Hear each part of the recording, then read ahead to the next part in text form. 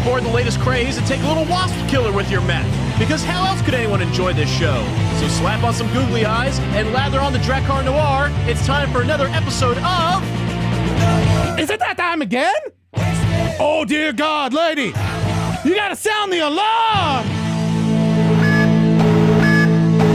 Warning.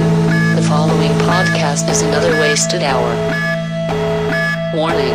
The following podcast is another wasted hour. Don't waste my motherfucking time! Welcome, one and all, to yet another episode of Another Wasted Hour. I do not know how we keep going on this thing. You'd think we would have learned our lessons by now, but we haven't. We're just going to throw money at it until people kick us off the airwaves. That's just how we roll. It's just persistence and sheer stupidity repeated ad nauseum. Ladies and gentlemen. Until they sue us for taking away lines from their children's program. Right, exactly. So, ladies and gentlemen, welcome to another wasted hour. As you know, the next hour will be replaced with two ignorant, uninformed, ill-advised, self-deprecating morons ranting about opinions they have no right to have, which are probably wrong and absolutely do not matter.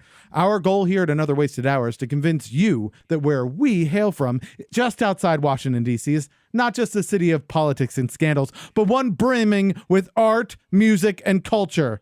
As impossible as that may seem. So listeners, now that you know why you're here, like a male assortment of preserves in studio, we have Jams for Man host Andy Kyler. Woo! Yeah! Hello, sir. Welcome. This is an honor.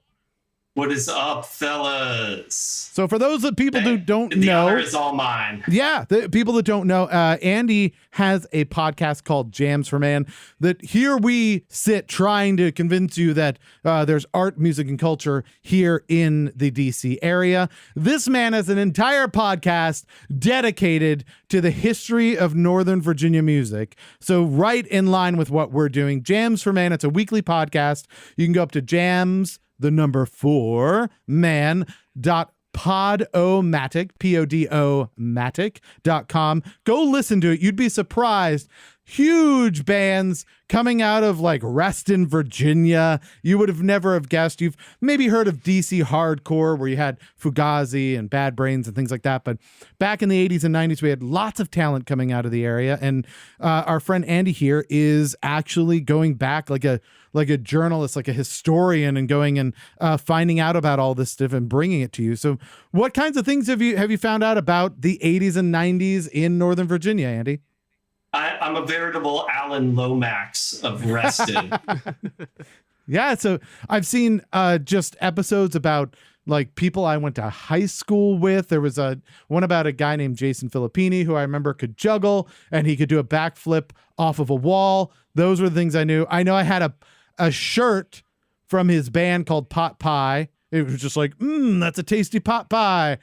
But he went on to be like a pretty big deal in like the drum and bass scene in Europe, you were saying. You still have that shirt? Because I would pay good money for one of those shirts. Yeah. Even after you've worn it. I wore it for quite a while. I'll have to see. I may have thrown it out. I will root around and see if I still have it. Popeye were even more famous for their shirts, I think, than they were as a band. For music. And even Jason said that on the episode. Yeah. Those shirts were made by their lead singer, Mike Reddy, who was a very talented and is an extremely talented graphic artist who's now working out of Austin, Texas. Oh, wow. Okay. And it's really interesting. My newest episode is with Stephen Bidwell. You also might remember. Yeah, he was in, I don't know if he was in my class or the class before me, but somewhere in there. Class of 95, South Lakes High School. Yep. Our class. Showing our age. Showing our ass. Yes, pulling back the curtain. We're old people doing podcasts. There you go, everybody. Turn off your podcast listening devices. Turn on your hearing aids, because that's what we have. So Steve is currently playing in an Afrobeat band out of Austin. Oh, cool. Yeah, he's the drummer for an Afrobeat band called Hard Proof, which if you haven't heard them yet, they're amazing. Okay. They're so good. I'll check that out. The crazy thing about their most recent album called Stinger is that Steve was looking for a graphic artist, and I guess they sent their management team out to find somebody. They were checking local artists first, and so they came back with art from different people, and the one that the band picked out was by Mike Reddy from Reston, Virginia, the guy that designed the pot pie T-shirts. And he's the one that they chose without even knowing that there was this Reston connection between him and Steve. That's crazy. And so he is the designer of their current album. Wow. It's really cool. It's a boxing glove on it because it's Stinger, you know, with barbed wire like going across it. Oh, that's crazy. Yeah, we had all kinds of bands that were out there. I don't know. I haven't looked through all the episodes that you've done already, but off the top of my head, I remember there was like Arctic Shepherds. Do you remember them? And Arctic Shepherds, and I've been trying to track down the Arctic Shepherds. I have their tape, their demo, whatever. Yeah. Mm-hmm. And I remember them from performing at Jam for Man. I can't remember if it was 93 or 94. Yeah, but I saw them and got their tape. I'm still friends with Mark, the bassist, so I can hook you up with him. Dude, yeah, all right, yeah, I got you. I actually posted something on the website trying to on the Facebook page. Oh, okay. Trying to track down the people from that band, and the Facebook page is facebook.com/jams4man. There you go. So if you happen to be from the Northern Virginia area and you happen to be a fan of music from like the 90s, the late 80s, early 90s, that kind of time period, swing by that Facebook group because Andy's going to be asking to connect you with some people. Do you go further than that? I know that like there was a huge band that came out of Reston just probably in the last 10 years called Red, Gold, Green. It was like RDGLDGRN.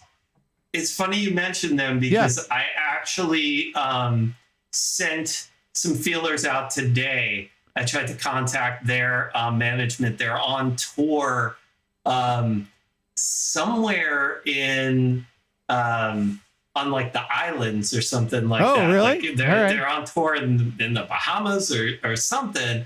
And so I sent an email to their manager, and I tweeted something at Benny Blanco also, because he's also from South Lakes High School.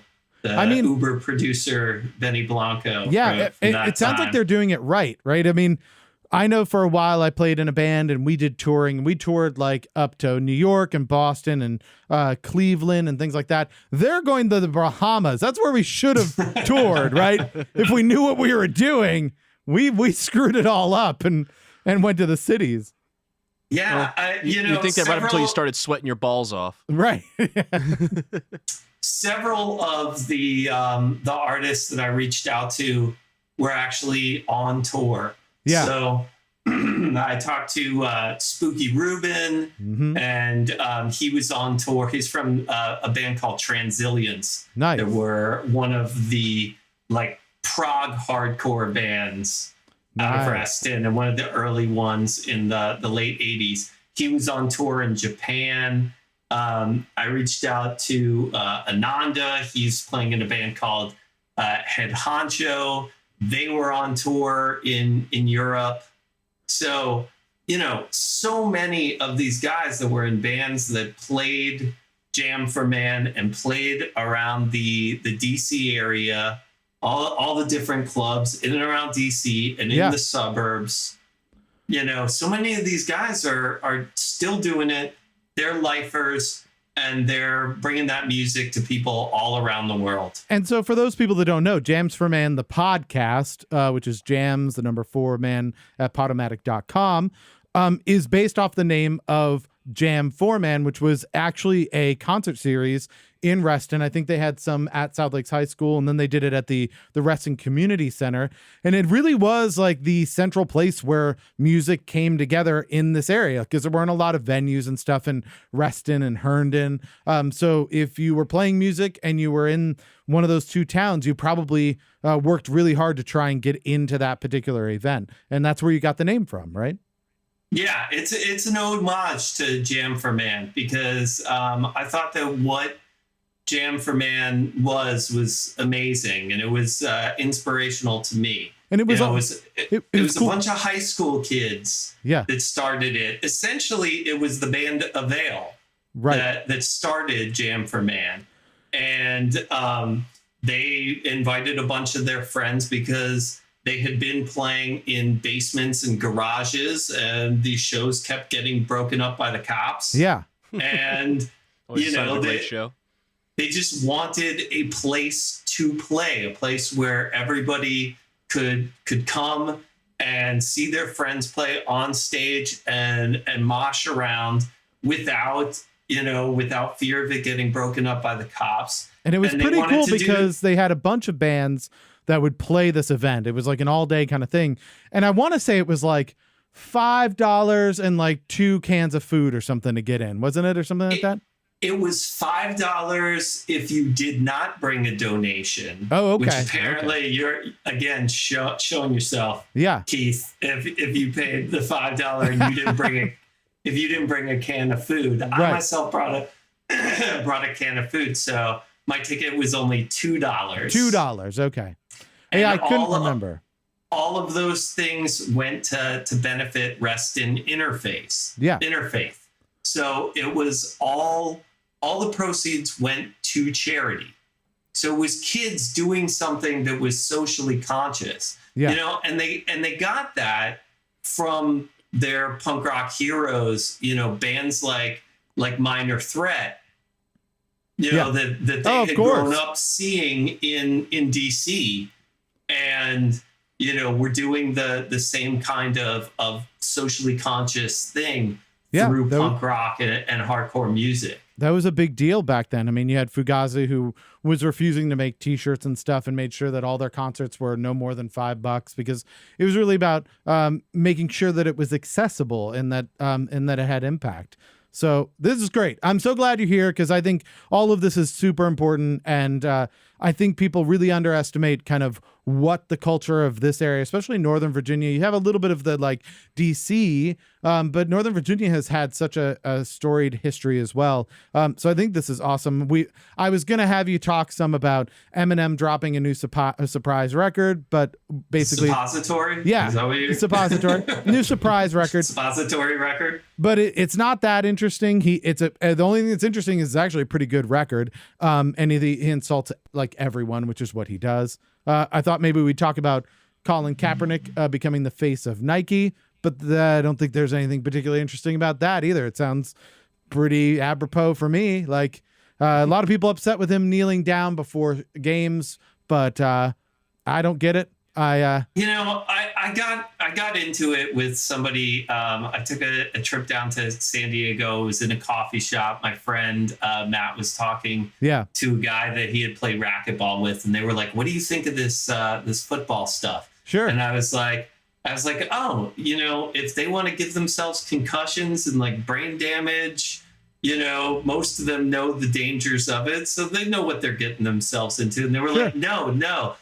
The kneeling for the national anthem. It's like, I'm like, are you kidding me? Your priorities are all off. Who actually, I don't understand the people who have a problem with this. It seems like the people that have a problem with this are people that don't understand what they're doing and why, and what they're exactly protesting. The fact that they're not protesting the national anthem. What they're protesting is young black kids getting murdered by the cops, and and nobody going to jail for these murders. Yeah. And more importantly, like, I can't speak for everybody else, the rights and wrongs of everything, but I can pretty much tell you, with very few exceptions, for every single NFL national anthem that I've ever heard, I'm sitting on a couch. So if you're upset that they're kneeling, like, I'm a complete bastard because I wasn't even like doing it for a reason. I was just lazy eating chips. So unless you're in your living room going, oh, that's the national anthem, I better stand up. It seems weird that we're like, oh no, but they're closer and they should be standing up. Because that's just proximity. Like if you're 1 block away from the stadium, do you need to be standing? Or like if it's within earshot, I don't understand like where the radius is, where it suddenly becomes offensive if you're not standing. Like, so I don't get it. But you know what? Bless what their I heard, hearts. which is interesting, is that Colin Kaepernick actually went to buddies in the military. Yeah, and that he was going to sit down. Yeah. During the national anthem. He started with sitting. And then they actually told him the most respectful thing that he could do during that, if he was going to protest, would be to kneel. Yeah, that makes sense to me.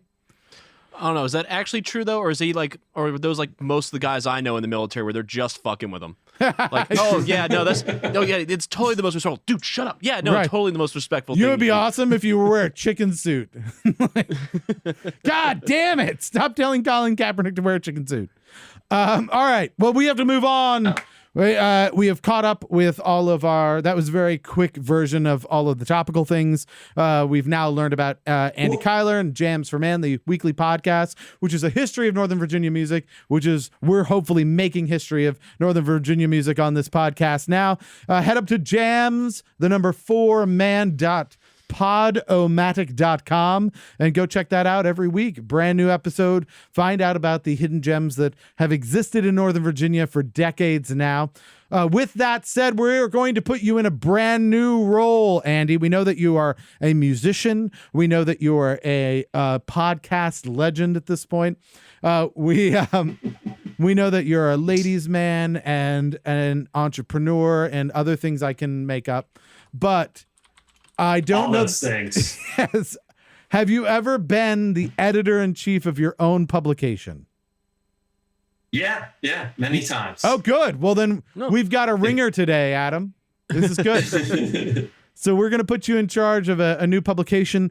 We're going to pitch you some stories for it. You're going to let us know whether or not they are news.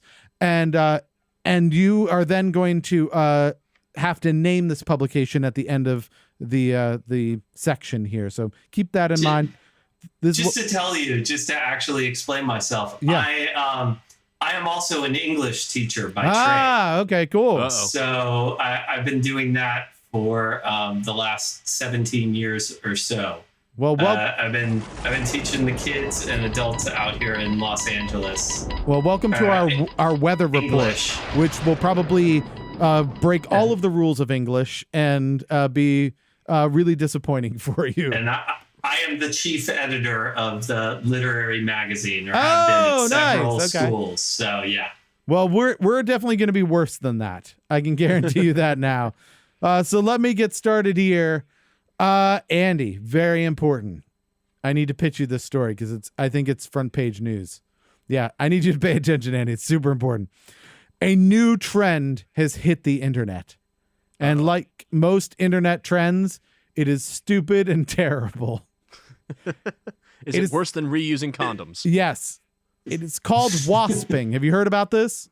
Wasping. No, I have no idea. I know. What is wasping? I'm glad you asked. I'm assuming you take some sort of like bee and sting yourself with it in order to get high. That was where I was thinking. My first thought was, is it a new challenge where you see how long you can hold onto a wasp's nest with your bare hands?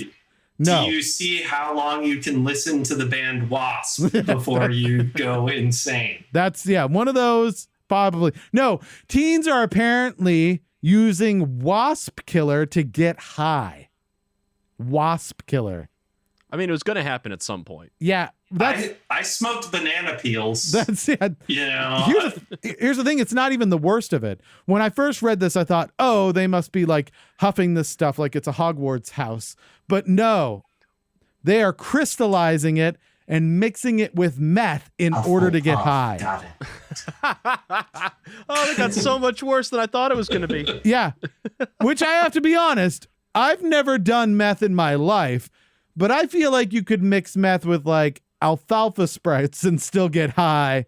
So I'm not sure why wasp spray was their first choice. Like, just meth gets you high. I don't know why you need more stuff. Just mix meth with more meth and you will still get high. It's so that when you're like running around tweaked out. Go ahead. Being a teacher, Yeah. this is not socially responsible to publicize. We need to warn them, Andy. We need, Warn them of what? How to get high with wasp spray? no, we need to warn them that they should just be using meth alone. Adam, why are they doing both of these? I was just gonna say, so when you're running around and tweaked Just the out and blue. you step in a wasp nest, you don't get stung. Oh, that's good. Yeah, if you get stung, It's that meth head paranoia with a little bit of forward thinking. yeah, if you get stung, it dies. That's the advantage. All right, so Andy, is it news? In this day and age, what isn't? What's sensational? Like kids' trend of getting high isn't news. It was, No. All right. It was bath salts for a while. Yes. Then it was Tide Pods. Those weren't getting high. They were just eating them to show off, which is worse. They weren't getting high off the Tide No, Pods. they were just doing it to prove they could eat Tide Pods. Which is, Were yeah, they worse. getting high off the buckets of cold water? I don't think so. I don't understand it. We're too old now, Andy. We don't understand the world yeah. anymore. All right, so not news. Adam, what do you have? All right, No, it's so news. It's news. Oh, it's going just- in. It's going into the it's news. publication. Yeah. Excellent. no, I thought I was gonna get to start off ahead. Okay, well, It's not big news. It's It's like near the classifieds news. fair enough. Okay. If you're looking at the classifieds, you probably need some wasp killer. so anyway, so listeners of last week's episode, because Hold on, of now, my that is a good like psycho killer name, actually. The wasp killer. We gotta Yeah. file that away, actually. Just any white Anglo-Saxon Protestant killer, which is pretty much all of them. the wasp killer. All right, Adam, what do you have? All right, so last week, due to my seamless, transparent, totally unidentifiable edits, Yes. you may think we did a story about like a new dolphin exhibit in Toronto. Yeah, which was So this is the point fantastic. where I tell Eli, I'm sorry, you got to cover your ears for this one, buddy, because we're going back to it because Italy's first sex doll brothel is already booked out for weeks ahead, despite only just opening. Oh my goodness. It's And they're- sold out? It's sold out, and they're ahead of Toronto in two ways, Keith. Yeah. Because not only is it already open, unlike Yeah. Toronto's, which will be open, I think, just before this episode airs, but they also have the 6 different female dolls plus 1 male one already. Nice. Whereas A little- Toronto is still planning on it. Yeah, that's very good. So, Andy, I don't know if you've heard about this epic line of news that we've had, but apparently there's real live sex dolls that are now being sold, and Well, we sort of live. yeah, we can lifelike. Let's call them lifelike. Okay. And Life adjacent. Not yes, sentient sex yes, dolls. they're very realistic apparently, except for the part that they stay quiet. And I'm going to get kicked out of the house for that one. Oh my goodness, that's the end of me. Anyhow, I'm sorry, people. I apologize. But we've learned about things where they you can like finance them. You can order them in specific ways. We've gone through this whole like ecosystem. Oh, I thought you meant like put them through college. You could probably put them through college, but I don't know why you would. And Financing them. and so the Get latest their MRS is degree. yeah, the latest is that apparently there are brothels opening up with these sex dolls. There was one in Toronto that was planning to open, and now apparently Italy jumped the gun and has sold out their entire brothel. That's See, crazy. I expect more from an Italian brothel. Well, Actually, like good food. than a- As a man of Wapness, I can tell you really shouldn't expect much from us. This is one of the few ways Italians have taken the lead in anything. I'll take it. Why right, doesn't well- why doesn't this doll cook? For God's sakes, I want some pasta. In terms of news, I'm really thinking that there's crossover potential for all of these as not only news, but sponsors for the show. Oh, no. Because I'm sure that the wasp spray, could use some promotion, and these sex dolls, maybe we could strike a deal here. I think the only way people actually are entertained by this show is if they're on wasp spray. So I think you may have something lined up there. I'm gonna have to agree with you. So are you putting this in your publication? Is this news? I'm saying if we can make some money off of these stories with the sponsors, and get some ads to go along with them, and some clicks, then we're onto something here. Agreed. So I'm seeing not only news but dollar signs. Okay, so let's do this. Well, then I'm going to move on to our next one. Take that as I won 2 ways. Yeah, you. And frankly, fellas, aren't we on to sex robot brothels at this point? This is the new millennium. Close. Yeah, we're almost in the third decade here, and we're still doing sex dolls? Yeah. Come on. I thought we were each going to have our own sex robot at this point. No, we've definitely had stories on that. It's coming. I'm seeing no shit pun come intended. out of Japan where, I'm thinking they're not looking too bad. No, I agree. I understand. I agree with you. All right, well, moving on because we got to fill our publication, so we got to find out. Sex doll seems like a lateral move. I'm sorry. that's not a nice thing to say, Andy. And all right, so based on various factors, from the number of files claimed to how often drivers have to slam on their brakes, researchers ranked the drivers of 200 cities in an all-state study this year. Last year, Baltimore. Yeah, last year the Charm City was not so charming as Baltimore ranked 199th out of 200. So yeah. However, great news, everybody.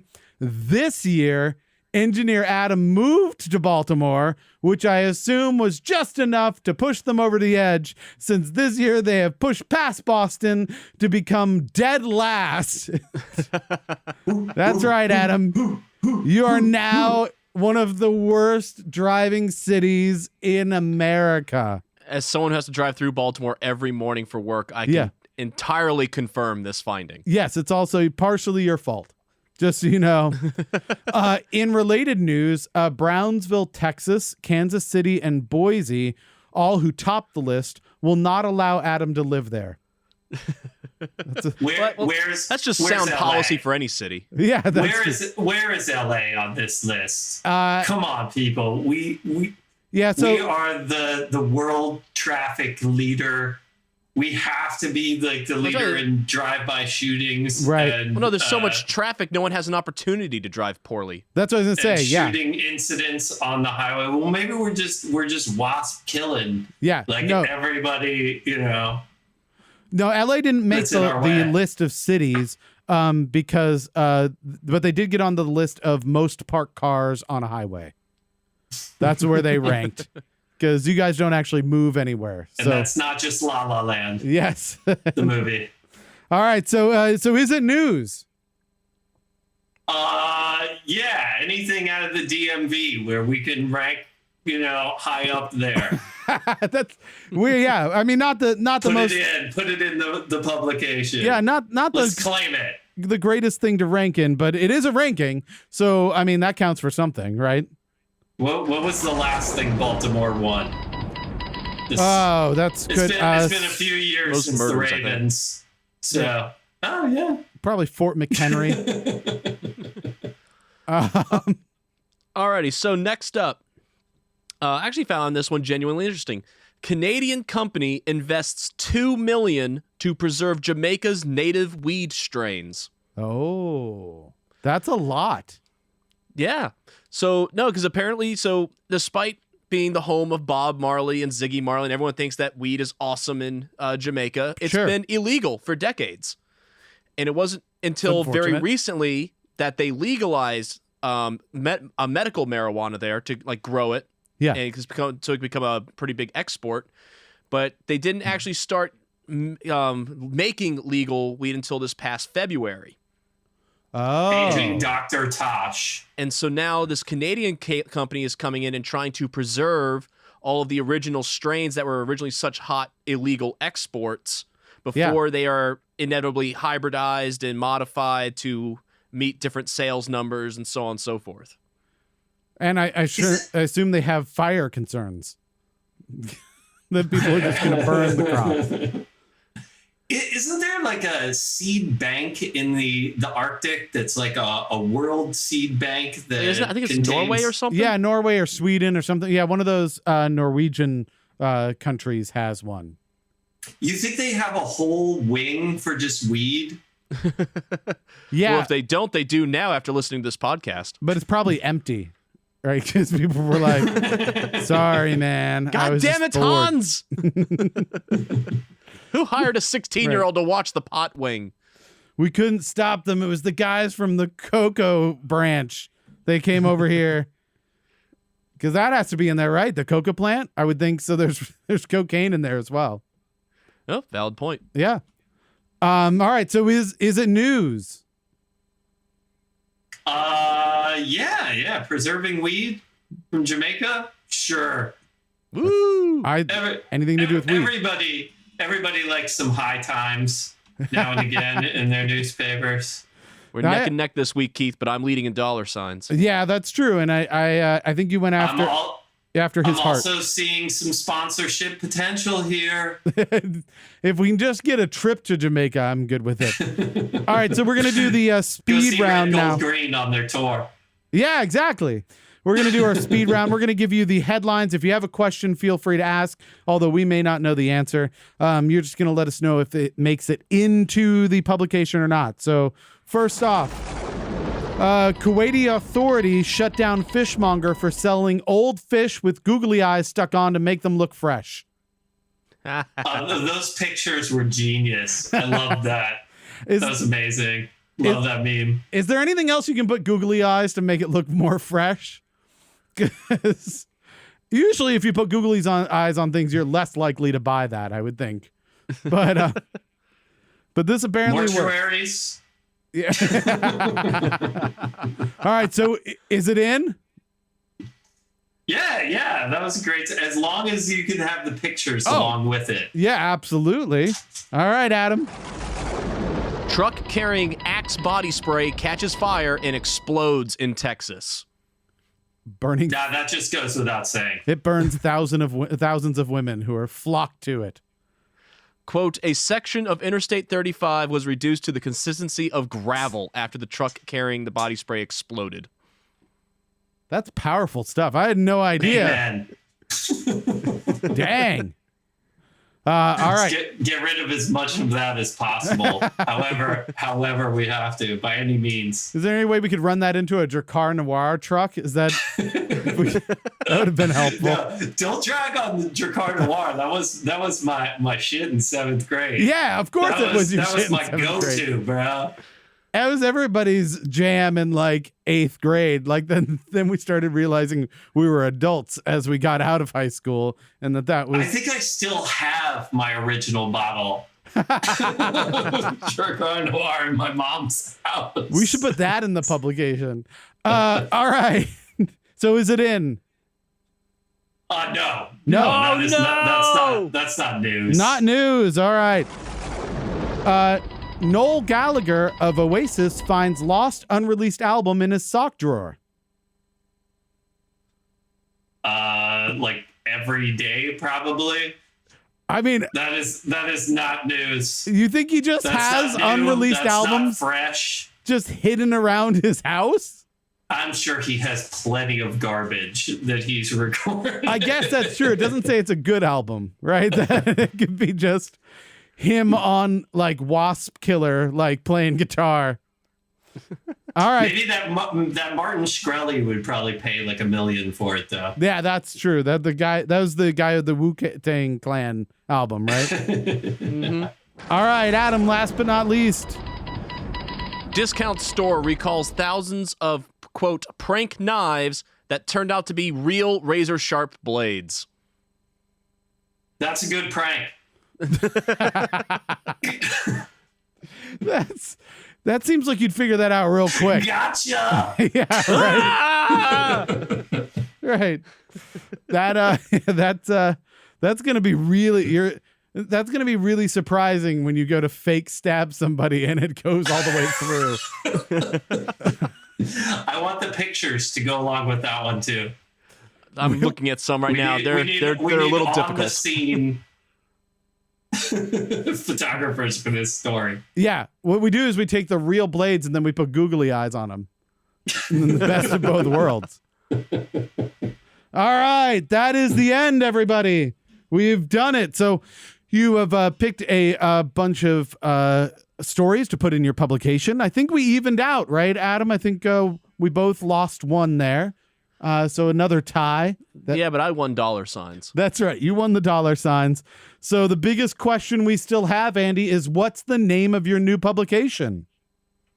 Wasted News. Wasted News. That's all of our news. All of our news is a complete waste. All right. So awesome. So check your newsstands. Or Wasted Times. Wasted Times. That seems maybe like more of the double entendre you're going for. So yeah, check your newsstands, or if those still exist, for the Wasted Times with all of these news articles and more. And a round of applause for Andy for being an excellent editor-in-chief. Thank you very much. How do you think you did? You're an English teacher, so you felt at home, I assume, doing this little thought experiment. I give myself like a B-, C+. You had pretty bad reporters to deal with, so that's part of the problem, I think. I thought you did excellent, so I wouldn't worry about it too much. So let's get to the real news at hand. Again, we have Andy Kyler. He is the host of Jams for Man, a weekly podcast, which is a history of Northern Virginia music. Jams, the number 4, man.podomatic.com is where you can go find that. Obviously, it's also on all of your various podcast outlets, I assume, right? It's everywhere. It's Apple on, Podcast and yep, exactly. Whatever Google does. Stitcher. Yeah. Stitch things. Spotify. Getapodcaster.com. I don't know. Whatever they're all called. If you find podcasts, you search for Jams for Man and you will find this podcast. Yeah, just like I searched for yours and found it right away. First time. And found out how terrible our podcast was compared to your podcast. All right, so this is great. So what was you've been interviewing all of these musicians. You've been going through the history of kind of music. Is there something that you found kind of most surprising about Northern Virginia music, like a little nugget that maybe in one of your episodes that you discovered and you were like, wow, I didn't realize like we had these types of connections happening? It's really the common themes that keep coming up over and over and over again that are sort of the surprising thing to me. Yeah. The influence of older brothers. Really? Is crazy. Yeah. How many of these musicians who had older brothers that turned them on to music. Yeah. Basements, dank ass basements. That's true. And how important that has been to the East Coast music scene.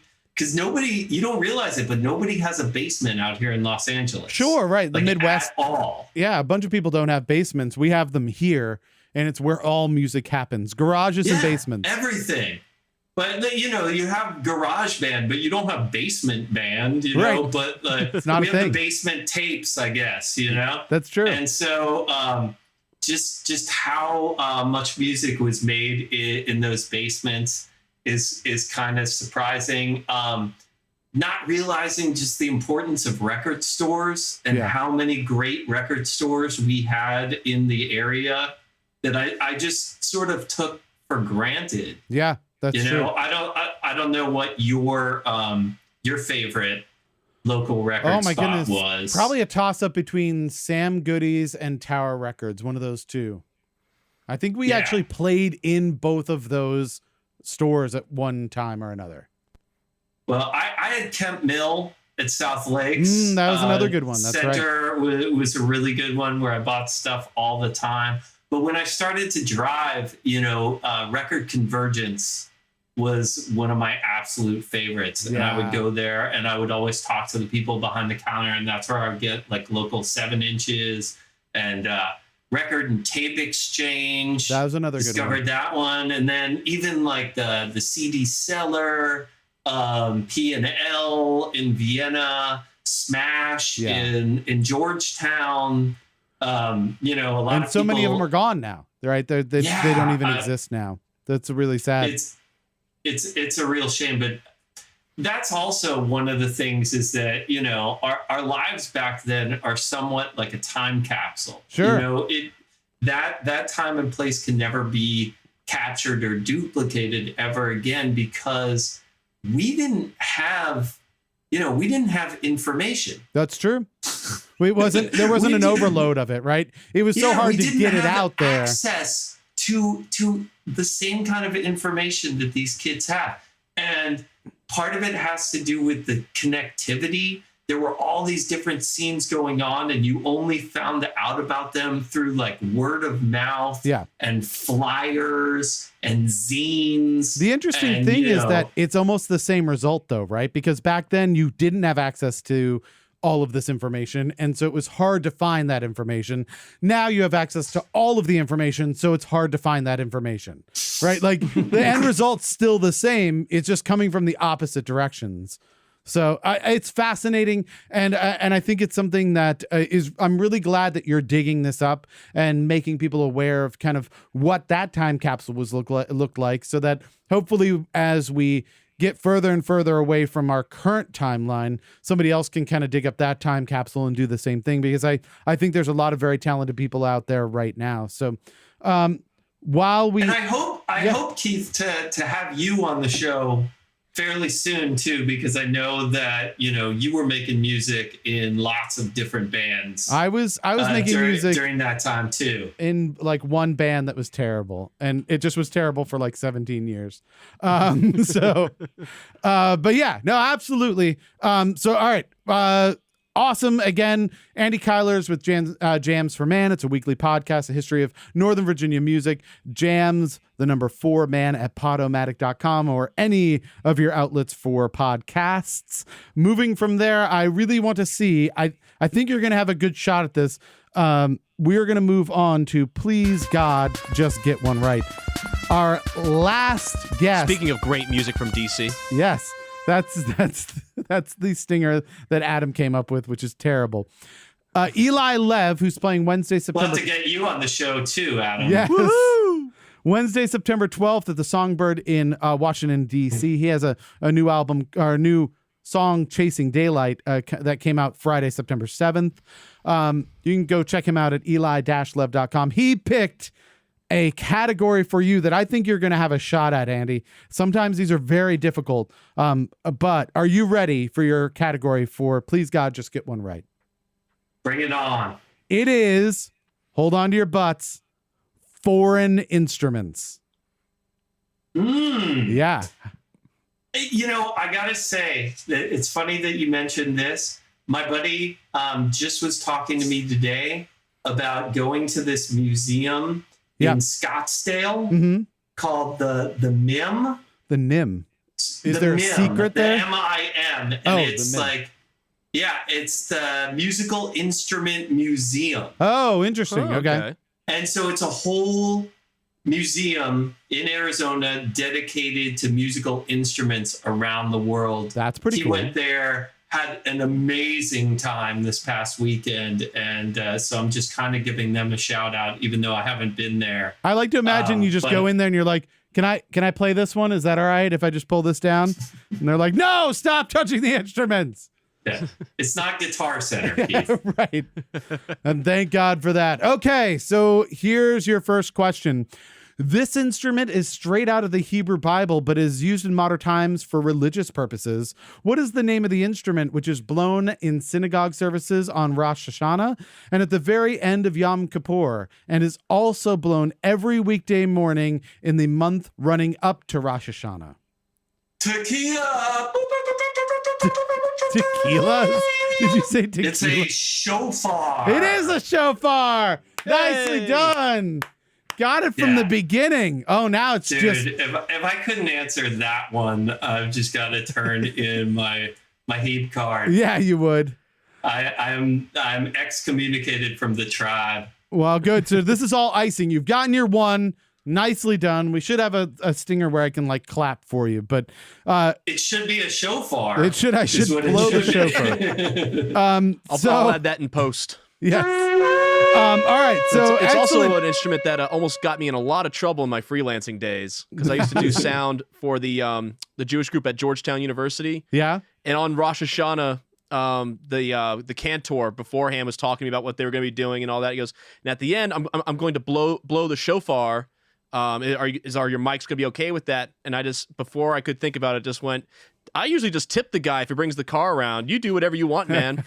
Thankfully, he and Rabbi Rachel were very, very good senses of humor. And you weren't fired immediately.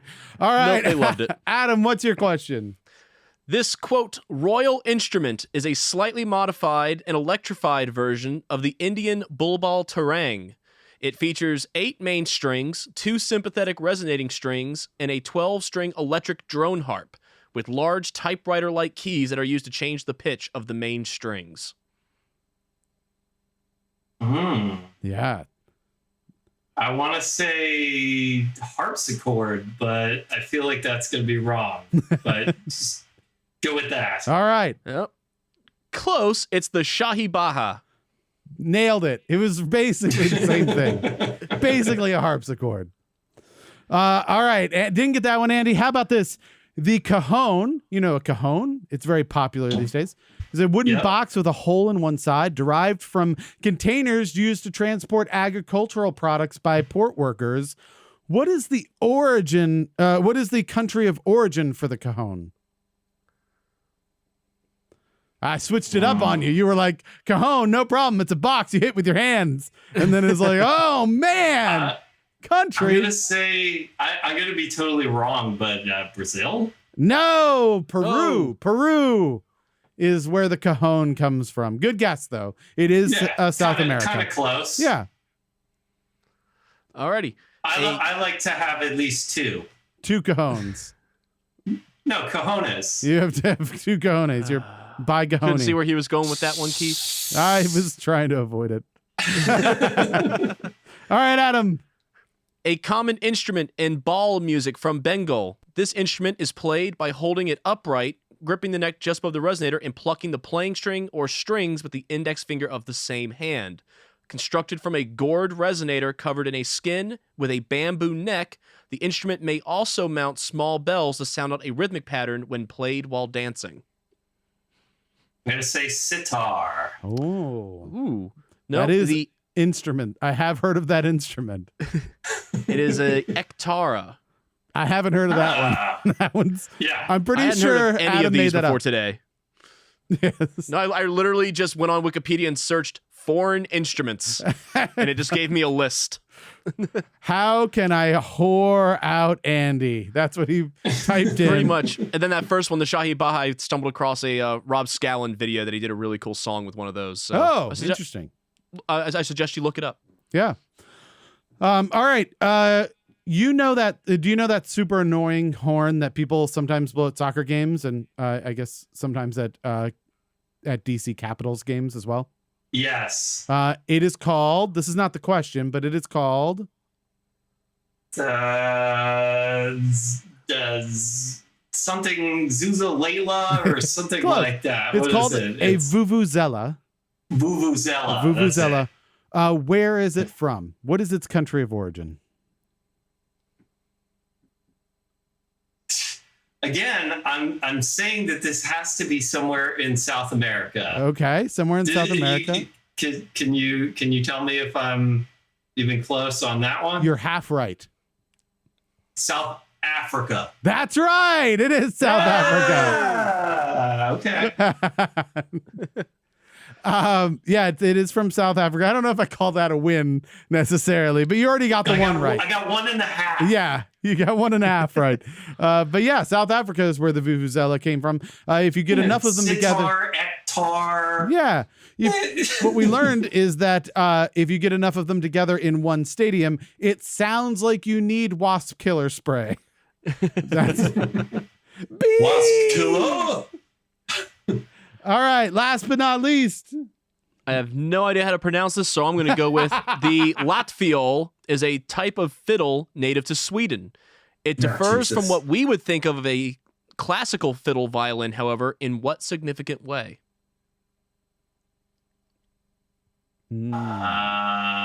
It has fewer strings. It is currently on fire. You don't play it with a bow. I don't freaking know. It features 2 sympathetic strings running underneath the fingerboard. What makes them sympathetic? They come over with soup? No, so it's actually something pretty common I found. So to mention the sitar that was brought up earlier, a lot of the strings on there you never actually play. They just stay at tension, and then depending on what you're playing elsewhere, they'll vibrate sympathetically. So you get like a droning sound out of it. Yeah, it makes a sympathetic tone to what you're playing, which sounds a lot like,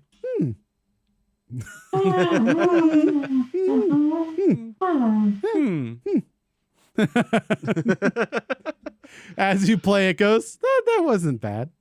That was okay. You're onto something. You're onto something. Yeah, no, Bless your heart, you're getting better. Keep practicing. And I'm disappointed in you, Adam, because I could have sworn that there would be a question about the hurdy-gurdy. I was like 99% sure there'd be a hurdy-gurdy question. I figured that'd be a little too obvious coming from me. You think so? And I am a hurdy-gurdy man. Yeah, you are. For those that don't know, hurdy-gurdy is, how would you describe it?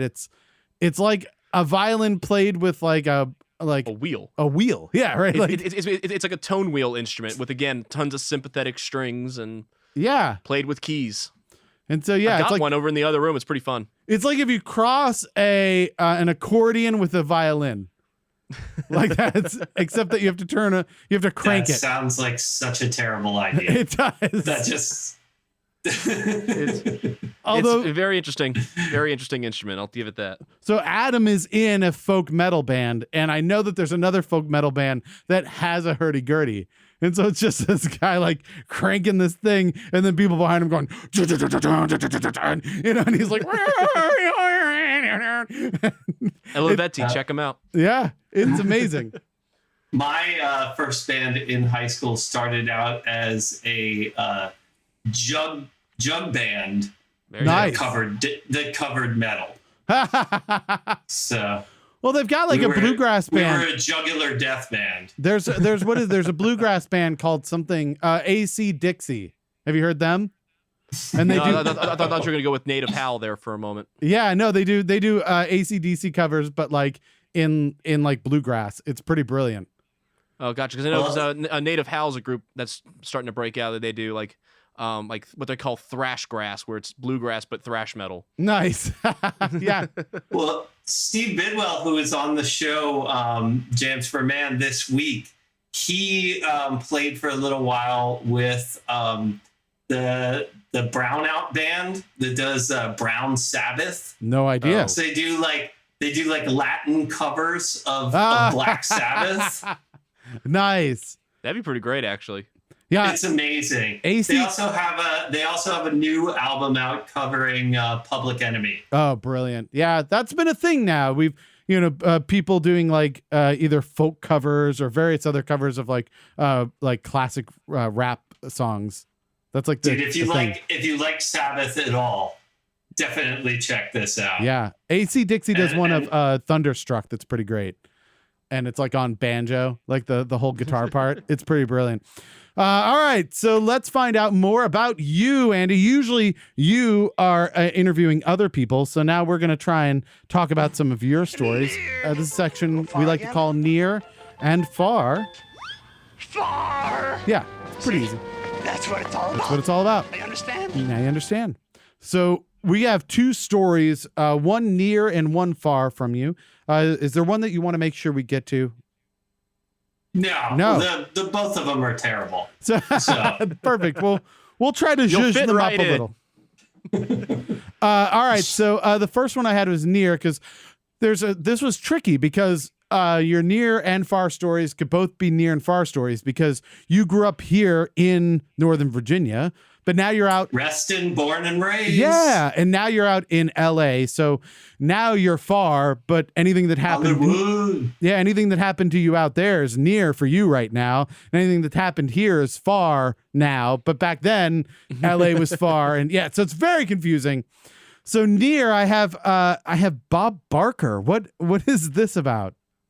Yeah, so I live in Hollywood. What? So of course, You're famous. yeah. So of course I tend to rub elbows with the rich and famous here in my neighborhood. So that kind of activity's been getting people in trouble lately. Yeah. I was out walking my dog, Buddy Puggles. Buddy Puggles. Buddy Puggles. All right. He's a puggle. Yeah. He's half pug, half beagle. Oh, okay. He has like a Borscht Belt comedian name. Yes, he does. I expect him to have a mustache. That's what I feel like he should look like. He's right here. He's right here actually watching me as I'm doing this. And he's like, what the fuck are you doing? Why aren't you taking me out again? Right. Just give me food. But anyway, so I walk him in the morning and I was walking him down to the corner and Bob Barker comes out to get his morning paper. Really? And whenever we run into each other, we always chop it up, but like Bob is really into dogs. Yeah. And just really into this whole, spaying and neutering your dog. Dog balls. Way into dog balls. The ASPCA and all that. Yeah. And so he always asks about my dog Buddy.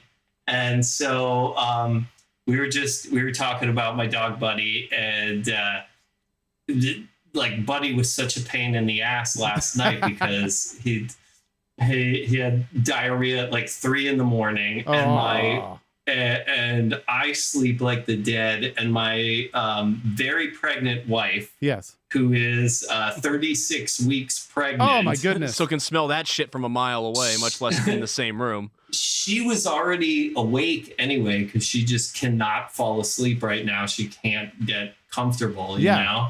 And it's hot as blazes out here, and Buddy can't get comfortable. And so she took him out at like 3 a.m. And so I was talking to Bob about how she wants to kick him off the bed. Sure. So, that there's just like more room with the baby on the way. Right. Makes sense.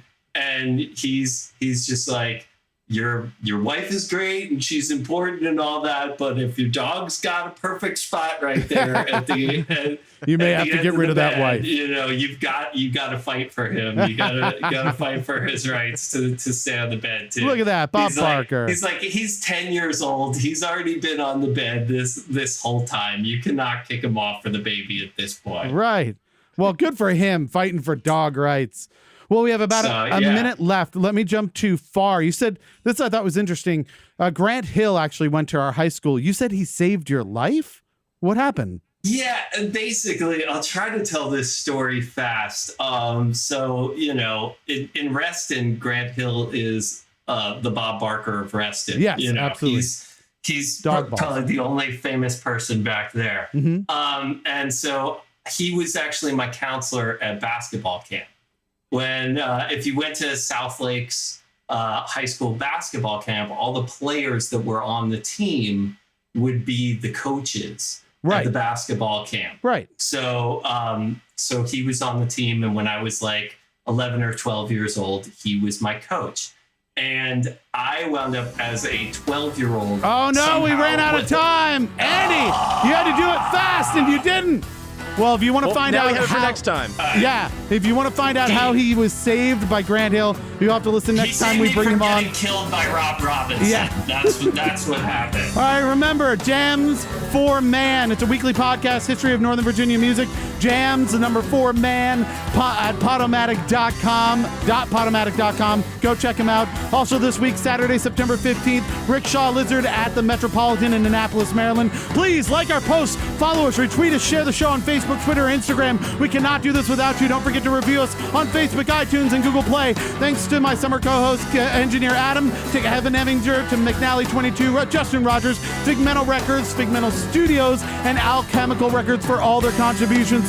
Most of all, thanks to Andy Kyler and Jams for Man for wasting a perfectly good hour with us. This has been another wasted hour, and if you just realized that, don't blame us. We warned you. Gracias, fellas.